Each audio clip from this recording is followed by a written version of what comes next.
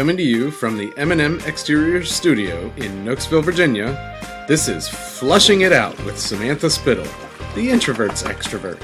She talks to people so you don't have to. For now.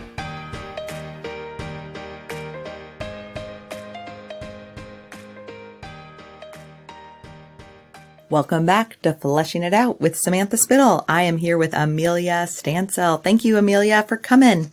Thank you for having me.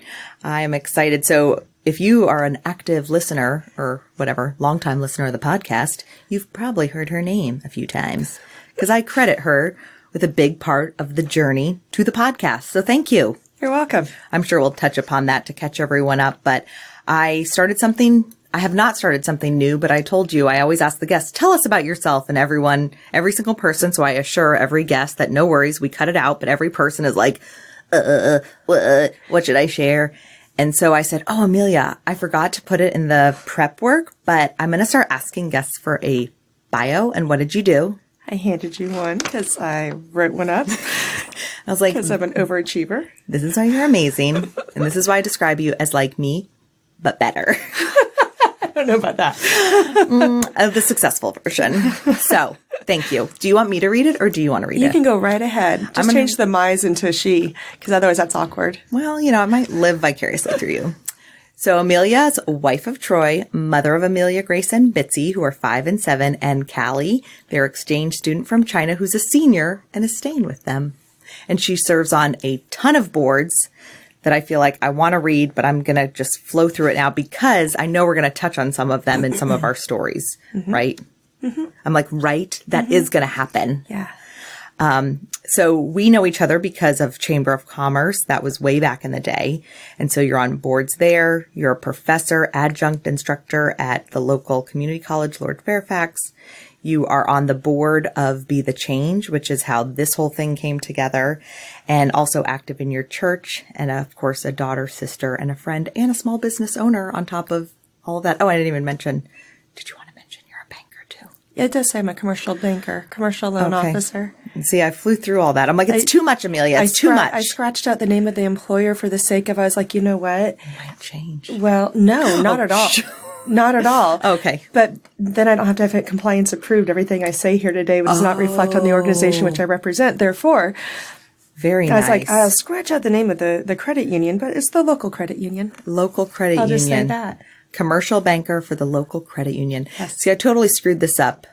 You had it so nicely bullet pointed, ready to go. And I was like, ba ba ba ba ba, la da la. Let me throw it all together. So the point is, you're amazing, and you truly are not only a go-getter, but you have a heart for helping people. And I think that's amazing. And that's what sets you apart from people who are amazing go-getters, go-go-goers. You are truly someone who you go, go, go, but you're always turning around, offering a hand to the people behind you to pull them with you. And I appreciate that. Thank you. So we've had some amazing conversations over the years. So to fill everyone in, because it is applicable to today's topic, you and I knew each other from the Chamber of Commerce 12 years ago. Mm-hmm. We were, look in the camera. And so for people, you listeners won't see this, but I'll post it on the Facebook. We could do like a 10-year, like our 2019 thing. So people mistook us as twins, even though you're blonde and I'm brunette. And we also look different in other areas, but we had some all-stars who just could not keep us apart. And so I always appreciated that because I was like, oh my gosh, like, yes, thank you for thinking I am such a go-getter. Well, I was like, oh, if I'm going to get confused with somebody, Samantha's the person to get confused with. So it was perfect. I appreciated it. So yes, you are amazing. And I always looked to you for advice, for, business leadership and, with your networking skills, your leadership, your time management, your organization. And I always joked that you're like the better version of me. And I don't mean that in an emotionally, you're better than, I mean, you have skills that I don't possess. And I just make it sound like you're better than me. But let's not overanalyze this, people. It's not better. Different. Like just the areas I'm weak in, I feel like you're very strong in. Well, together, we're a pretty good pair. Yes, exactly. And so I've checked in with you. I feel like, so then I had my babies and we were friends on Facebook. So I got to see your life and you have babies. But every couple of years, I felt like we would have a chance to have lunch and check in. And then the last few years, I started really reaching out to you because I was, Jeremy and I were in this state of transition as far as life and jobs. And so I kind of said, I need to get back to like business Sam. And I was like, being around Amelia puts me back in that space. And so thank you for being willing to meet with me and do that. So anyway, I appreciate you. And that of course has led to the podcast because through all those conversations, that's eventually the change got worked in there. And then now here we are. Sitting there drawing out at Black Bear Bistro, like, here's a pen, start drawing on a little paper thing, like, here, take this with you. She's like, no, I'll take a picture of it. Techie, not techie. See, it's okay. Yeah, we all have our different skill sets. Like I said, together we make a heck of a pair. Exactly. I wish I knew it like, it takes two, baby. So I said, okay, Amelia, you have to come on the podcast because you're a part of this. You're amazing. I meet with you. My whole goal of the podcast is wanting to connect people, feel connected, and that you have been my go-to person of when I need to like step up my game and get my head straight. And so we were brainstorming about what to talk about. So what did you say you wanted to talk about? Well, I had put down, because the thing I get asked probably the most about is how do I get all my crap done?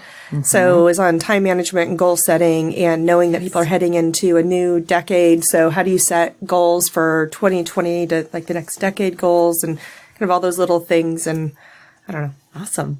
I don't have a ton of like cool skills that are like podcast worthy, but that's one that probably could be. Heck yeah. Any skills. So I said to you before we jumped into all that or after, it depends when we want to share this. Do we want to jump right into the tips? But I am a big believer. I love knowing why people are the way they are. And that when people see you, you're tall, gorgeous, super sharp. And if people did not know you, I don't think they would have guessed that you grew up on a dairy farm. No. Most people are shocked when I tell people that I grew up on a dairy farm. It's funny is that for the longest time, Jeremy's mind is blown. Most people, but growing up on the farm, I was always really embarrassed by it. I mean, we grew up and you're poor. You always smell like cow manure. I mean, a lot like cow manure all the time. I was always embarrassed. So when I moved to Idaho, we sold the farm. Well, lost the farm. Moved to Idaho, and when I was interning for the governor, I was in the break room one night eating, because all the lobbyists would bring in big things of chocolate, huge things of chocolate. So I'm in the back room and I'm eating chocolate and drinking coffee, and I'm heading up to the next committee meeting because they're going late because they have a short session and da-da-da. And the governor's like, man, you're here late. Like, none of the other interns are here this late. I'm like, yeah, I can work long hours. I do these things. He's like, well, how do you work these long hours and the other interns don't? I'm like, grew up on a dairy farm. I mean, it's nothing for me to get up at 4, milk a herd of cattle, go to school, come home from school, eat a bowl of cereal, go back out, milk cattle, come in, do it all again. And he's like, oh, you grew up on a dairy farm? I had no idea. I was like, oh yeah. And he goes, well, how come you don't tell people that? I'm like, I don't tell anyone I'm a dairy farmer. He goes, that's the first thing that goes on your resume. He said, if you grew up on a dairy farm, you know how to work. You've worked long hours, long days. You understand that. You're willing to put in the effort. You tend to be more of a perfectionist because the thing you learn with having any kind of farm, but any kind of animal farm, is they get out in the middle of the night. They never like get out when it's a beautiful sunny day and you can go find them during the day. They always get out at like 3 or 4 a.m. in the rain. Yep. Always.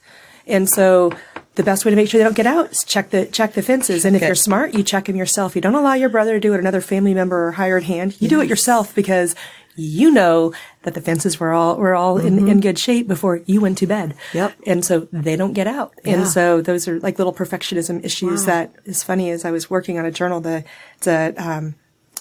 actual name of, I got her Walk by Faith up in Old Town. And, it's a book about a journal of grace. And one of the questions, like, when you peel back all the stories in your life, when did you first realize that you were a perfectionist? And where did you think that came from? And I'm like, oh, being a farm kid. I need to get this book because I'm like, oh my gosh, that's like the podcast. So it is such a great journal. Awesome. So very good. So do you feel, I mean, obviously you're talking about it and I've known that about you. So it's not something I would say you're ashamed of anymore. No. You've embraced. Yeah. Now it's something I'm really proud of. It's taken me a long time. I mean, sold the farm when I was 16, and now I can finally like be proud of it. Yeah. So. But I think that is like, for me, I always love knowing why people are the way they are and then why I'm the way I am. And knowing that about you, that's like a huge game changer. Because if you understand farming, I mean, my dad grew up on a farm, family's from South Dakota. I did not though. So I feel like that all left with me. Lost that. But like you said, you learned that at such a young age. So it's just ingrained in who you are. And so of course, people listening, it's like you can't go back and have that life experience, but you can glean wisdom from you and then figure out, not take every single tip that you have to share, but you can take the nuggets that could apply to someone and really help other people have a different life experience. People who don't have the same life experience, you can give them some of that life experience yourself. Yeah. So, yeah. How did Troy grow up, your husband? He grew up in a small town in Idaho. Kind of a suburb of Boise, and also not with a lot. I mean, I wouldn't say that his family was poor. Both of his parents worked and had decent jobs, but I'd say like lower middle class. Yeah. Does he have the same drive you do, or do you guys you have equal? Yeah, and I think that's important. We're both extremely driven. So neither is resentful for either of your work and things like that. You have there's definitely times that we're both resentful of each other's work and our own. Yeah, that's true. Let's be honest. Good point. Yeah, thanks for the honesty. Podcasts are a place for honesty. Yes. But I would say if you want to, my assessment and either agree or tell me is your values are the same. Yes. So the reason you work hard is, I would assume, the same then. Yeah. Yeah. That's good. I think that makes a big difference because you understand each why you have the drive you have and then you can support each other. And even though it's not perfect all the time, but. Yeah, I don't think anything's perfect all the time. It never is. Especially not with relationships. I mean, your guys' is perfect. No. Besides that, I mean. No, I was just telling someone the other day, like, I don't know if I talked about this on the marriage podcast or not, but when we first got married, any type of fight, I would be like, oh my gosh. And when I say fight, I mean like a discussion that was not harmonious. Yes. It's like, oh my gosh, why are we fighting? Like, because I just wanted perfection because I'm a closet perfectionist. I feel like you're an outward perfectionist, but I'm a closet. So I'm like, I'm not a perfectionist. Look at me. I'm such a mess. But then like, why is our relationship not perfect? Because that's not eating you up inside. Yeah. So like, that's not even feasible. So, I got to work my stuff out too. I just try to do it on the DL until I start a podcast and publicly tell everyone what I'm working on. So you learned at a young age how to manage lots of things. So now you manage work, all these boards you're on, your kids. And one thing that the reason I wanted you and to kind of explain why you are an authority figure on this is because lots of people can give tips on how to get stuff done and then live their life out of whack and their priorities are out of whack. What I loved about coffee I don't know if it was a year or 2 years ago, but I asked you, how do you get it all done? And your answer wasn't around the fact of how to be the most productive, to be the most successful person and, we'll just say cultural success, what our culture views as successful is I walked away from that conversation that you had your priorities of God, family, career. Those are kind of the three. And I really respected that because I felt like, wow, you can really influence people to achieve more, dream bigger, reach higher, do more, impact your community more, but still keep your priorities in order. So let's hear from you more. I feel like it's all me. I want to hear from you. Share your wisdom. All right. Or whatever you want to share. My wisdom. Well, I guess what you're saying fits in perfectly well with the whole having balance. People always ask me, like, how do you get it all done? Because I have a very full schedule and a full to-do list. And I do actually sleep 8 hours a night. So everybody's like, you must not sleep. I'm like, no, if I don't get 8 hours of sleep, I'm a miserable person to be around. I can survive on 7 every now and then, but if it's a sustained 7, I am a horrible person by Friday. You're still shocking me. I'm still having my mind blown. And I thought I knew everything about you. Yeah. It's like, everybody's like, you must not sleep. I'm like, no, actually I do. Because if I don't sleep, ain't none of this happening. The house cards goes poof. Wow. So, but what I found is, when it comes to balance, I'll tell the story. When I was in leadership FOC year, we had this woman come in. At the beginning of every session, they'd have a leadership coach type thing come in. And this woman, Laura Gray, came in and she said, okay, everybody draw this picture of balance. And everybody's drawing like balances, like actual literal balances, or they were drawing different things. And mine was these two hands and all these balls in the air. And I named all of my balls. Like it was, Sorry. sorry. Still, sorry. I can't ignore that. I don't know. Sorry. I'm sorry. Back to naming your balls. Okay. Sorry. I've only thought of two names. Would you like to share? Lefty and right. I was thinking left and right. Okay. Sorry. I apologize to the listeners. Sorry. Oh, we'll cut all this. What? We can't cut this out. It's gold. It's gold, Jerry. It's gold. It's gold. Anyway, so I named all the little balls in there. Sorry. I know. Sorry. But I had family and church and all of the boards I sat on and all of these things that I named. And what I found was that I was drawing juggling hands. And what I found is I am really good at juggling. I can juggle really, not literally, because like I have no hand-eye coordination. There's a reason why Amelia Grace's middle name is Grace, because I am such a klutz and terrible with like hand-eye coordination that I always used to joke and when I would trip and say, Grace is my middle name. Oh. And then I named my child Amelia Grace because it's also Amazing Grace is my favorite song. That's a side point. But anyway, nice. I'm good at two things at any given time. And so you can throw a lot of balls at me and I can juggle them just constantly. But I'm only good at two. I'm good at being a wife and a mother, a business person, loan officer, and I can do for one board member or whatever.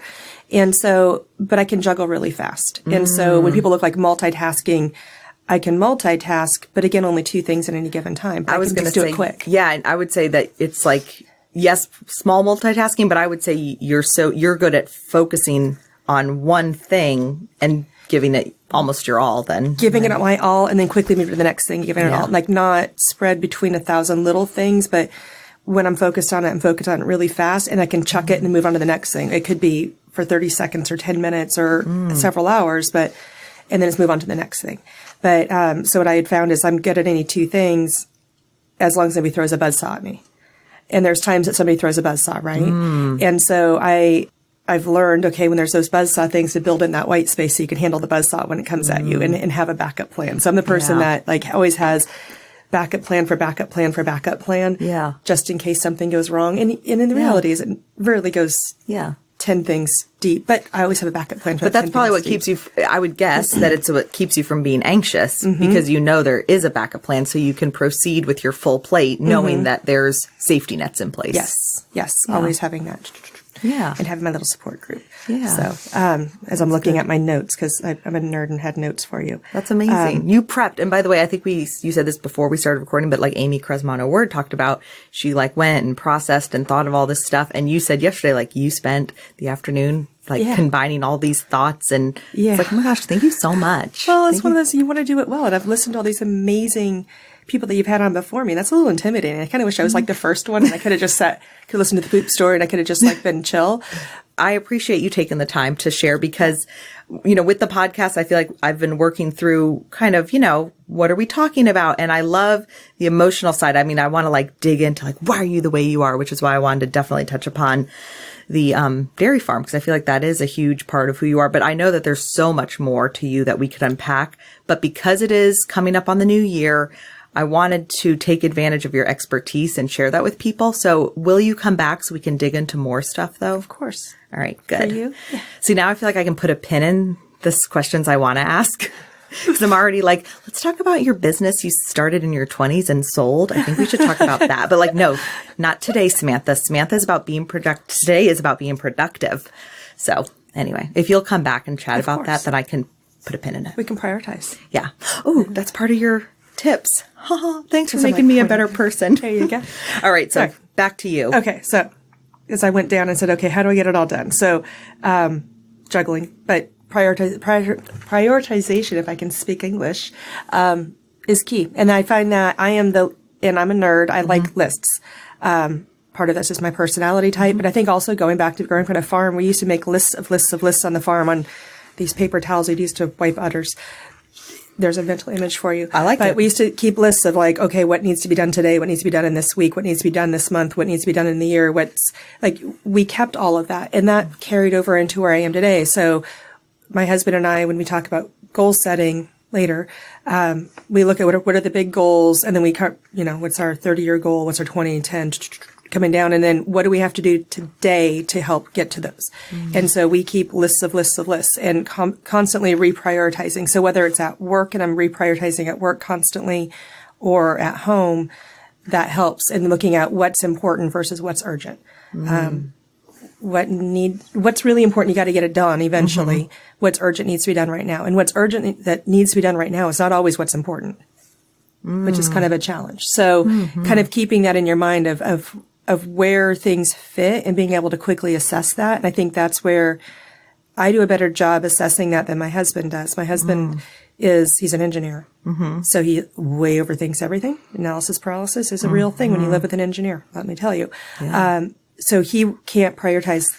Yeah. That's more me than Jeremy. but yeah. But he can't quickly get through those things versus I can like make that decision real fast. So, I'll give an example. So last week, this is how this happened for you. I was getting ready to be out of town for 3 days. And so I was going to Atlanta for a conference. Thanksgiving was this week. So I had house guests coming. Just life in general, all these things are going on. And my best friend's dad died the week before. We didn't know when the service was going to be. So Tuesday night, she posts on Facebook that the funeral is going to be on Saturday. I'm like, okay, it's up in, sorry, I swear. Favorite t-shirt is I love Jesus, but I cuss a little. Yeah. Now one of my people from church got me socks that say the same thing. And I'm so wearing them tonight when I go to church because it's awesome. And maybe I'm going to pull them up high over like my leggings with like my t-shirt together. So I get like the whole look. It's going to be really bad. Okay. But, so it's up in the Poconos. So it's a 5-hour drive, 4.5 hour drive up there. And I'm like, okay. Urgent, important, right? It's important that I have Thanksgiving dinner, that the house is clean and all these things are done before guests get here, right? I'm still going on this trip because that's both important and urgent, that I need to be going on, but it's like quickly assess through. So Saturday, I'm like, okay, Saturday, I'm supposed to record a podcast. After that, I was going to go pick up shrimp from the Lions Club fundraiser and I had to be able to get groceries, clean the house, blah, blah, blah. But when the buzzsaw comes at you of, this is a funeral for your best friend's dad. Okay, so quickly reprioritize. I'm not going to miss that. I need to be there for that. So that's a quick conversation with Troy. Like, look, it's scheduled. It's on Saturday. I really need to be there. Can you handle Thanksgiving dinner, grocery shopping? Which he does most of our grocery shopping anyway, to be fair. Yeah. But I mean, Thanksgiving dinner grocery shopping is a different story. I mean, that's like precise. I mean, there's a menu and the store's not open on Thanksgiving, so don't screw this up. Right. So, there's a little bit of pressure on that when they're on top of regular groceries. So I'm like, can you handle it? He's like, I can handle it. Like, okay. Nice. I heard the conversation there. Yes. That was good. You guys got on the same page. This is how this is going to go down. I needed to get a hold of you. Hey, I can't do this Saturday. Is there any other day that I can do? Irony of, doing anything on time management. I have to reschedule. Yes. So perfect though, because, I'm sad for the reason, but yeah, like that's. But it was take care of that ASAP, got a hold of the shrimp guy and said, hey, cancel my order for this month if you haven't put it in yet. I'll pick up 4 pounds in December. So you guys get the same fundraiser. What do you care if it's November versus December, whatever now, 4 pounds of shrimp in December. So quickly go through, do all of that stuff because that was what that urgency was. But then because I'm an overachiever, I'd already thought about what was going to be for Thanksgiving dinner. I already, lists of lists. I had the first draft of the menu done, and I keep it all in a notebook that's spiral because I'm neurotic. Had the first draft of the menu done, which then made it really easy to go through to find all of my recipes for it, which then I could quickly come up with the grocery list for Troy. It's like, okay, 15 minutes, I could do all that because I'd already earlier in the process, I'd already come up with what I needed to do because I can find a little 5 minutes I could come up with a menu. And then 10 minutes later I can come up. It wasn't overwhelming that on Tuesday night on top of packing and on top of everything else. I was supposed to go be the Change Foundation that night. And there's no way I'm going to pull off being the host for to be the Change Foundation. So that was Hannita. So she jumped in, but it was quickly reprioritized because everything that buzzsaw came and you had to be able to handle it. And then as soon as all that was done, it was back to regular juggling. And side note, because if someone's not an overachiever like you listening to this of I want to have my act together, but I don't have that much together. I was thinking, okay, that's when you say we don't need to have a perfectly cooked meal our menu. We could order it from Wegmans, or if people are coming, they can make dishes. And if it's not perfect, that's kind of where it's reprioritizing. Is it more important to have the meat, like you had already done the prep work, so it wasn't an issue. But if it was someone else, I would say that's when you can reprioritize to say, is it more important to have the perfect meal or to go there for your friend? So then you just figure out, buy the Bob Evans frozen mashed potatoes. They taste good. I know, because we just had them on Thanksgiving. Because we made everything else. That was the only pre-made thing, but it was like, at some point, that was something had to give. So, and then we realized in our household after I made the mashed potatoes that none of us really wanted the mashed potatoes. So I made a big old thing of mashed potatoes, and we're all like, none of us really actually want them. Like, but you feel like you need to have them because it's Thanksgiving. That's why we did the Bob Turkey Evans mashed potatoes. Yeah, we did. My dad wrote out the whole menu. And mashed potatoes were on the list, and I had just made mashed potatoes for another event. And I said, well, I personally like the sweet potato casserole, so I don't need mashed potatoes, and the kids don't eat them. So really the only reason we're having them is because they're just this obligation. Like, you're supposed to have turkey and mashed potatoes. That's just what you do. And it's like, well, nobody actually wanted to eat them. Yep. So I made a whole thing of mashed potatoes that everybody was like, and then full from all the other stuff. I had a conversation this morning with Troy. It's like, so after the house guests leave, we're purging, right? He's like, yes. I'm like, mashed potatoes go? Yes. Okay, bye. But my sister-in-law, and she'll listen to this later, does not like wasted food. Yes. So it's one of those, like, you can't throw it away in front of her. Like, she about died because I threw away like half a thing of kale. I'm like, but Troy bought an overly large bag of kale. And what am I going to do with kale? I mean, it's a week old.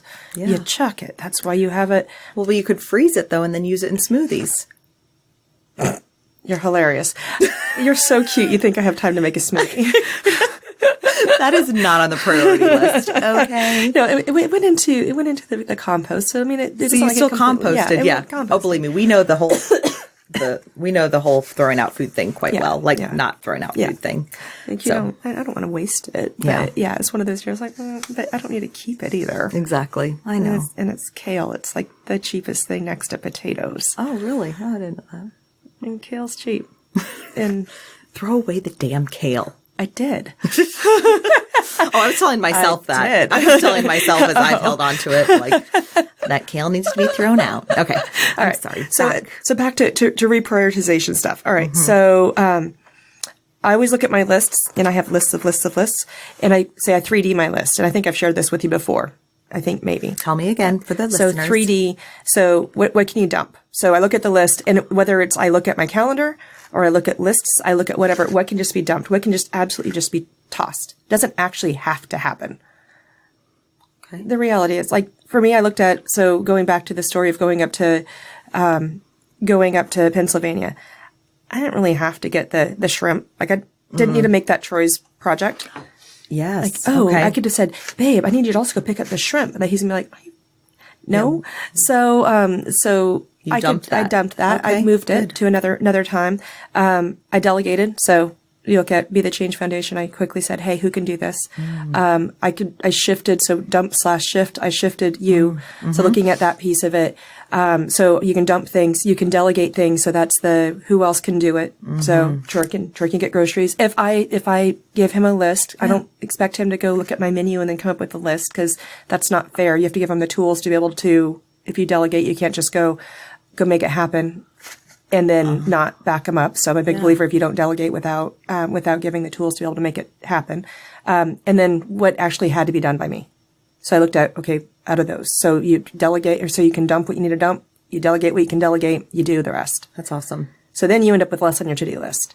So as you're kind of funneling down that list, you can go, what really has to be me? That's good. And then from there, you can look at the urgent, important, and go, okay, what needs to be me right now? No, I like that. I think that the dump, delegate, do. So I'm a big believer for myself of doing brain dumps, which is where I just take the piece of paper and I write down every single thing that's on my mind. And then I go through and then I'll put them into kind of lists and things like that. But I like the idea of combing through it with the dump, delegate, do, because then it just starts paring it down. So I think that's really good. Yeah. It also makes it less overwhelming.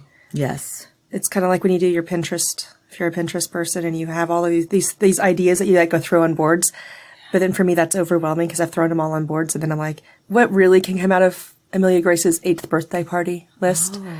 Killing things off. Are there anything in here that I can have somebody else do that's way more skilled at it? Like anything that has to do with baking, because my baking stuff doesn't look pretty. Like I could make a cake. Yeah. I'm not going to be good at it. So either hire someone or my goddaughter can do it. Like those kinds of things.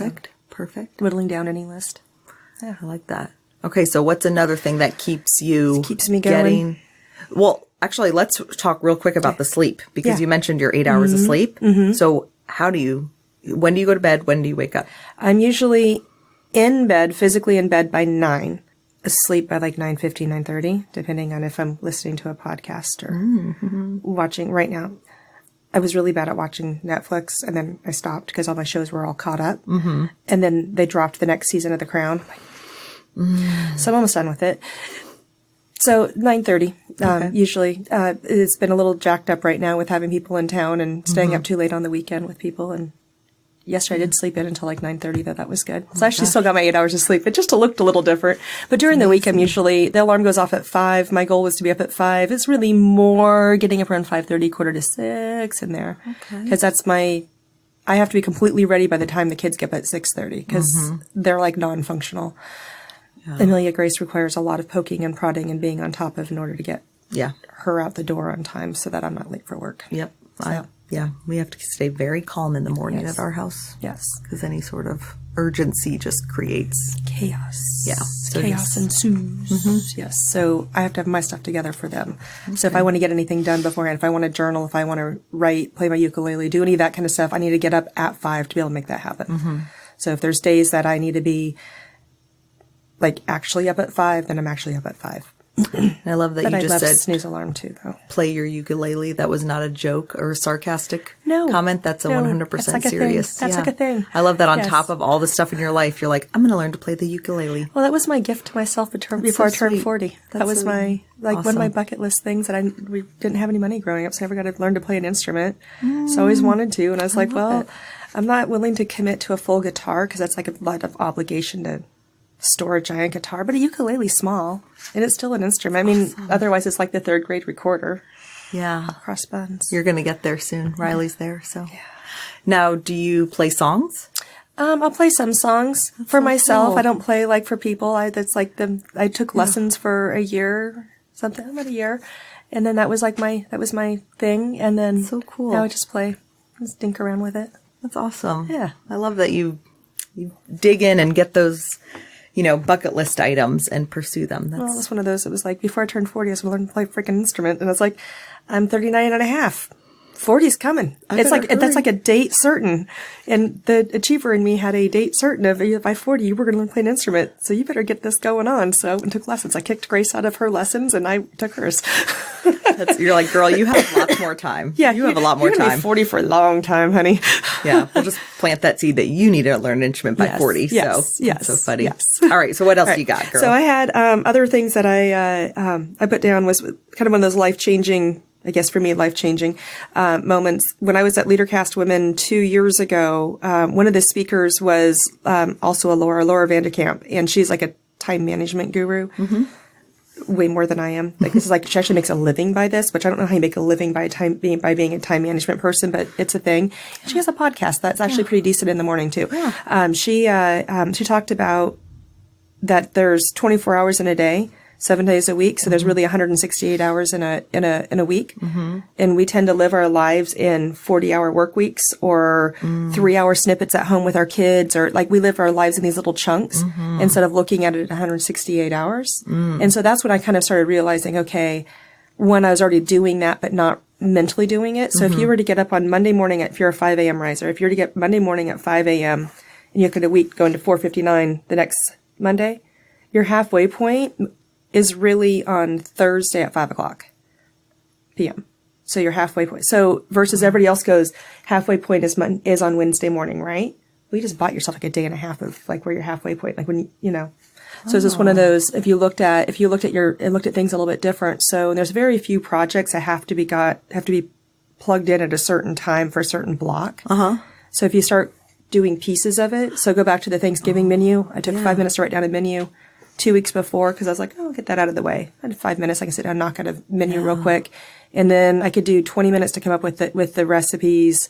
Got that, so you can piece it all together. So it doesn't have to be this overwhelming task of like, oh man, I need to sit down for an hour and a half of figure out the menu and find the recipes. And exactly. But it's that way with a lot of the things that are on when you look at that bio list is a lot of those projects, there's little things, but you can pepper them through and go, I just need 5 minutes for that one there if I can get that done, or send this email that puts it in somebody else's court to come back with more information so I could really, when I need to really carve out 30 minutes or an hour for, I've got all the information I need. Yes. So I could do that a week or two in advance. And so always staying ahead so that when the buzzsaw does come, you're prepared for it. Once again, yeah. So Thank you so much for sharing all those awesome tips. you're welcome. You are a wealth of knowledge, and I'm glad this is recorded. I don't know that I am, but Yes. Oh my gosh. It's amazing. Well, like I said, this is one of those things that you're one of those people that you do have so much to give. And like I said, my favorite thing though is that your heart behind it, that you have you're productive, not just to be an overachiever. You have the values in place. And I think that that's really powerful. That's something that is uniquely you. And I am lucky to call you a friend. And so thank you for that. And also, it's like I said, you are such a wealth of knowledge that it could be overwhelming in a good way, like all this information. So that's why I have a heart for doing like the podcast, because it's the thing that I would walk away from our coffees feeling so motivated. And then it's like, I couldn't even remember all we talked about, but I would always walk away with the spotlight. Like there was always one thing I walked away with. So it was always productive, but I felt like you shared so much and now you're going to have to share it. Like I need to go back to it. And so now I'm like, yes, selfishly for me, I have this podcast. And then now to share your brilliance with other people. So I'm also saying this all externally, not only for you to hear it, but for listeners to know that like pick your one thing to walk away with. And then, this podcast, all the ones that are kind of more information based. Actually, you know what, guys, listen to all of the podcasts over again. Okay. Cause you'll get something new from each one. But yeah, definitely this, cause there were so many where I'm like, now I got to go work on my calendar. Now I got to go work on that. Like, I'll give you all my notes. excited. I didn't hit all of them, but I'll give you all it's my notes amazing. and then you can just like check off as you go. you're just, thank you. You're so smart. Thank you for being just awesome. Well, you're welcome. Thank you for having me. Please come It's again. wonderful. Of course. Yay.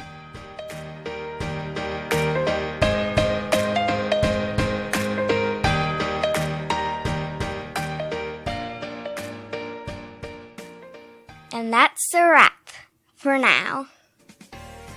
Thanks for listening to Flushing It Out with Samantha Spittle.